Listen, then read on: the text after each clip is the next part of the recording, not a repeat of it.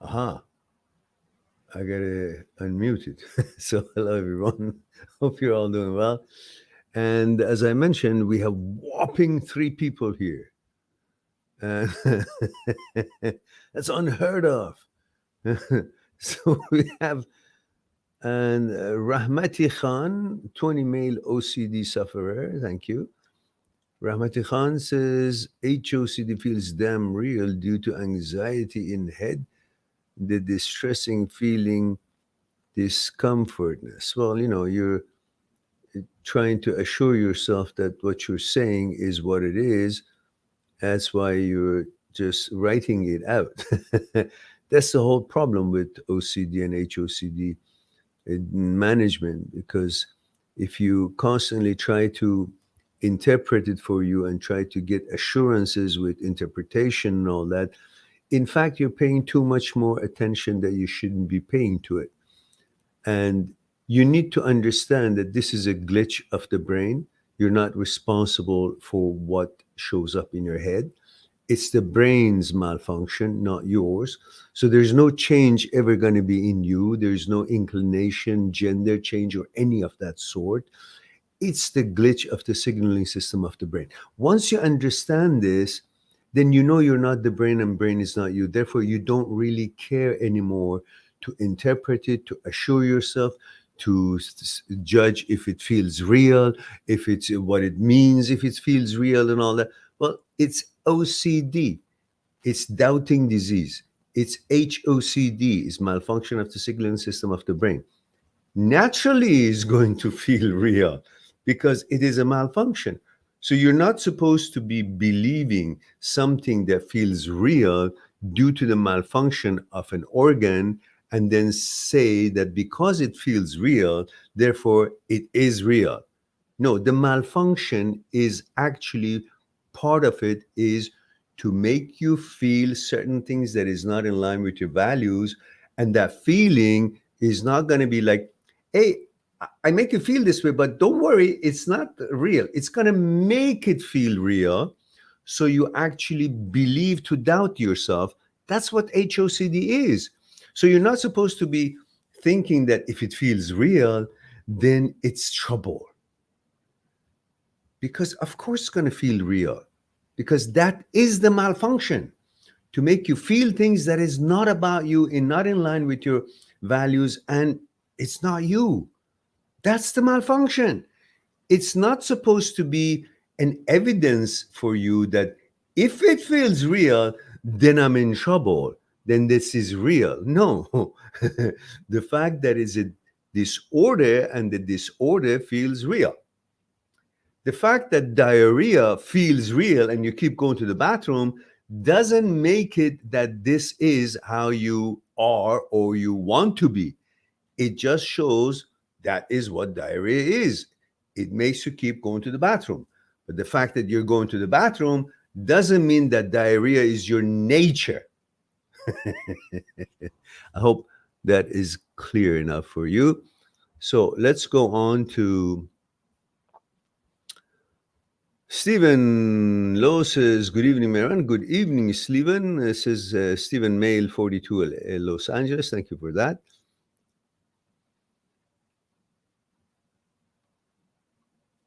Rahmati Khan says, sometimes I feel I want to share everything to you. It's all right. I understand.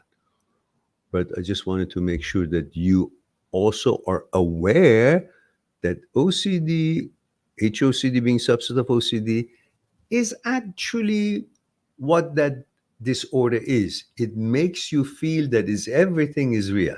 That's the problem. But none of it is actually real. But the glitch and the malfunction makes you feel, makes your body respond to thoughts, that those thoughts are intrusive and are not in line with your values, have nothing to do with your inclination gender. It's the glitch of the malfunctioning brain. That's it. And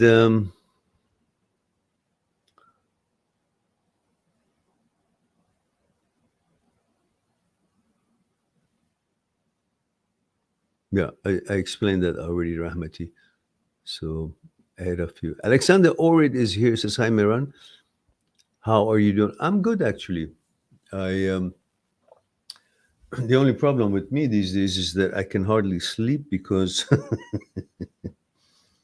having sat like this for like 15 days and not having moved enough because I had not much energy and just, sick, bone ache, headache, fever, muscle ache, no energy. So laying around or sitting all day like this, maybe watching a Netflix or doing my stuff on computer, and my back became weak because for a while I didn't feel like eating. So I'm sure I lost lots of muscle, and those created weaknesses, which makes my hamstring have excruciating pain when I lay down to sleep. So I've been trying hard floor and stretching, and even when I go to the gym, past few days, I stretch all the time, but it was horrible. I couldn't sleep. It's like pain no matter what I did. Even trying to tie my shoes, it would stretch it and excruciating pain. But I think I'm getting better. Every night was a little bit better, or maybe I'm more hopeful all the time anyhow, even though I haven't slept much or as much as I should. But I have a feeling that I'll be recovering better and better. Today I had some naturopathic appointment with my naturopathic doctor. So I had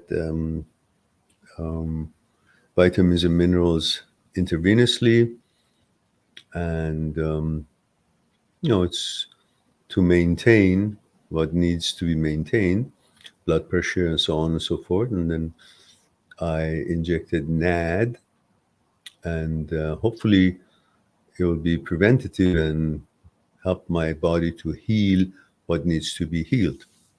So thank you for asking. And I think I'm on the mend, hopefully. But I have to now go to the gym and rebuild. The muscles are not as big as before. This was actually pretty good, but now it's smaller. And the back, I got to do some deadlifts and bend over rows, and which I haven't been doing it in this gym. They don't have a station for that.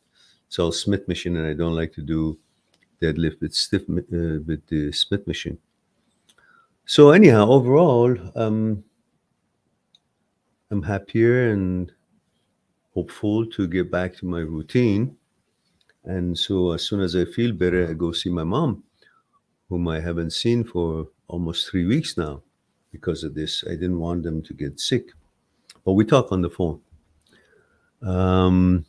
So getting back to Alexander, and then Rahmati Khan says,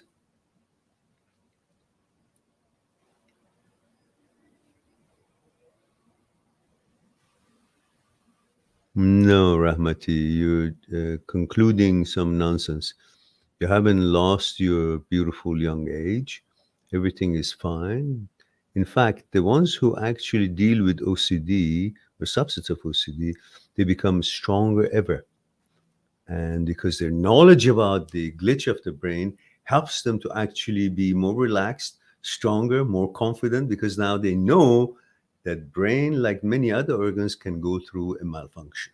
And therefore, no longer they will panic, even though if the body reacts in such a way that it makes them feel, oh, this thing is real. But it's never real. It's just that the body reacts to thoughts. That's what the power of the brain is. And that reaction of the body to thoughts should not become an evidence that the thought actually has credibility. Capiche? All right.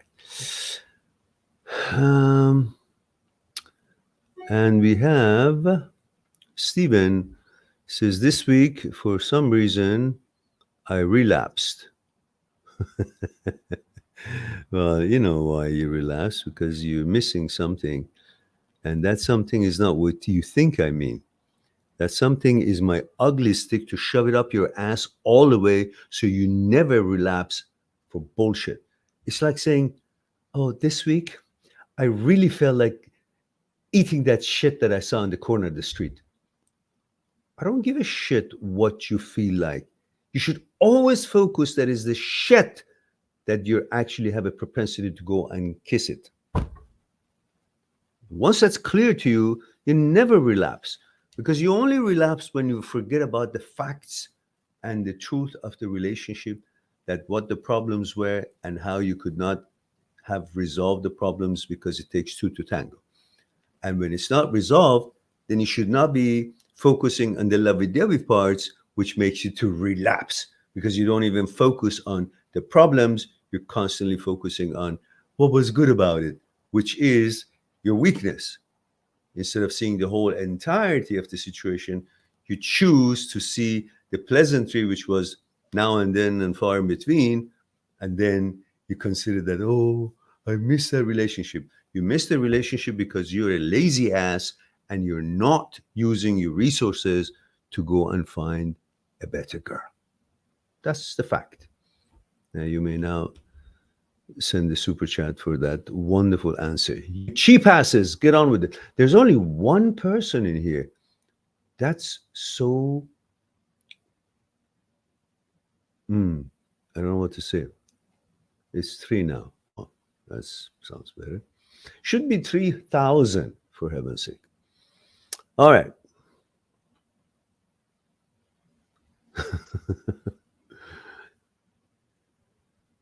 Stephen says, I know that deserves the ugly stick big time. Oh yeah, he does. Ugly stick without sharpening it. Just, this flat. Just...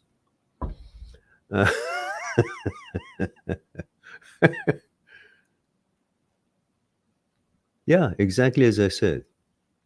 I kept reminding myself of good times, and then I started to wonder if I could have done things differently. Yeah, that's the whole bullshit that you've been going through for the past fucking few months. And you don't want to let go. You know what you're doing, but you keep doing it because it makes you feel good.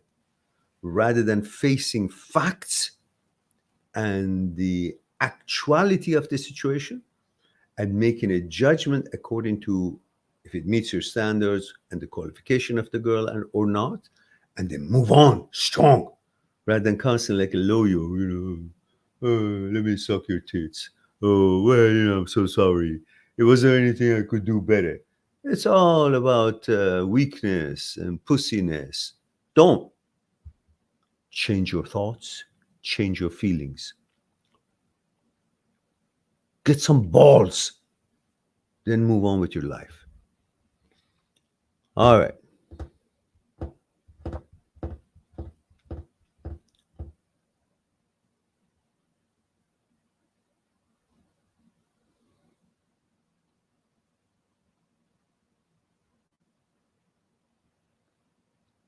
Steven says, I don't want to worry about finding a new girl. It's not about worry. It's about pleasant adventure. You're just looking at it wrong. Because you're looking at it that, oh, it takes time to introduce myself and get her to introduce herself and get to know each other and go out. And you think about the steps that should be taken until you get to bed. Just don't. Enjoy the ride. See who she is. That's why your selections are fucked up. Because you're approaching just for a conclusion, which is the sex. Rather than saying, I need to get to know this woman so I know if we actually should or should not be together. You don't do that. You just want to satisfy your need, which is cuddling and sex, to feel you're not alone. And for that reason, you're going to pick up any shit that comes along instead of qualifying them. That's the problem. And that is why you don't go after the girls, because you're looking for the ending of it to come sooner and you don't want to go through the process, instead of enjoying the actual process that it takes to know and qualify and select a girlfriend. So you got to fix that. And says, so it feels going to be so hard to start over now. Yeah, it's a regular bullshit. Says, I guess it's just a fearful anxiety thought. It's your laziness and the fact that you are not interested in getting to know the girl. You're interested to satisfy your need, and you're not willing to give enough processing time to get a qualified selection that which automatically will end up as a byproduct satisfy your need too. But if you go in there just looking for something that is ready-made to satisfy your need, you'll never start it, because you know it's not going to be that quick. So you got to change your values and goal on that.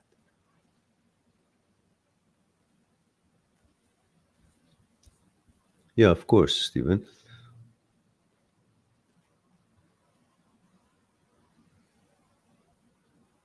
Yeah, it says, what's the best way to not worry about meeting someone? I explained that just about a few minutes ago. I want to go about my life. You can. It's your choice, but you're not choosing to. That's why you just say, I want to, but I'm not choosing to. But I want to. I want a miracle to happen. I want somebody to actually make me go about my life. But I don't want to go about my life, because going about my life means to go and take new steps to get to know some people. And instead of doing that, which is the actuality of life, I prefer to live in my own brain, which everything, all the memory in the form of virtuality is there. So I don't have to do anything. I can just based in that bullshit of lie and non-existence of that what the brain has conjured up and has it in its memory. And I'll satisfy with that. So I come home, I jerk off and just say, oh, I have a girlfriend. It was lovely. You're fooling yourself. You're not living. You're fucking not living. Life is about the breakup and go find another girl. That's the story of life. You don't want the story, then you're going to be like this, sitting around, living in your memory, and the memory is not going to satisfy you, and you're going to be miserable the more you're in your memory. Do whatever you want. In other words, fuck you.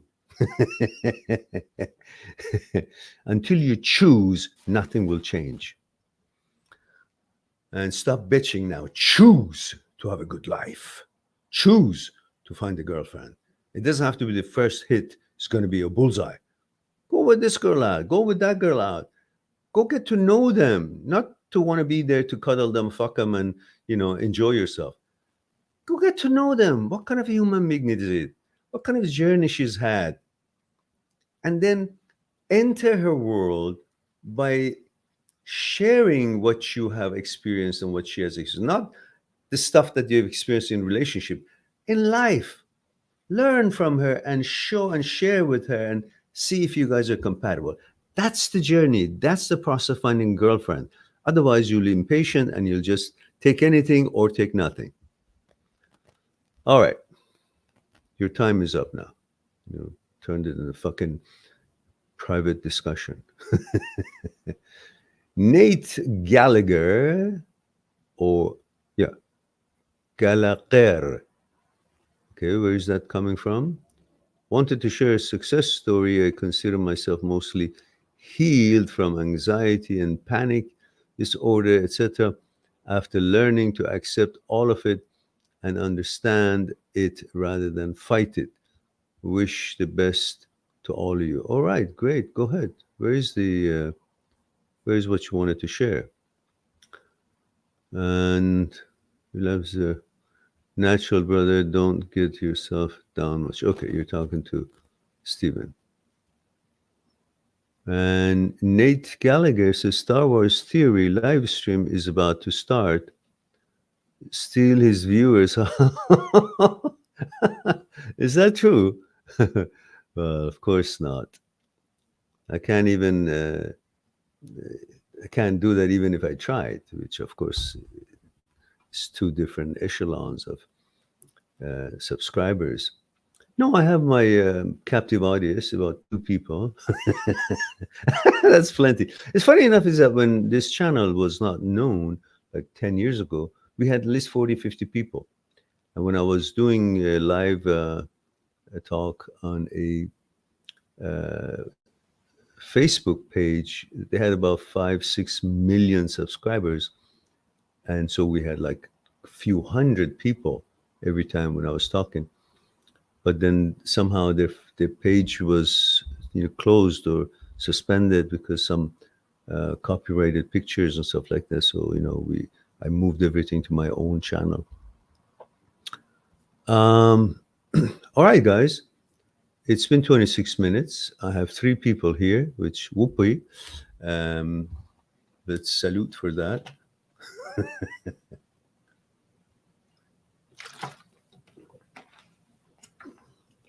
So unless there are any other questions, I think we had a good little session and we helped a few people here. And that's the whole purpose of me coming on live.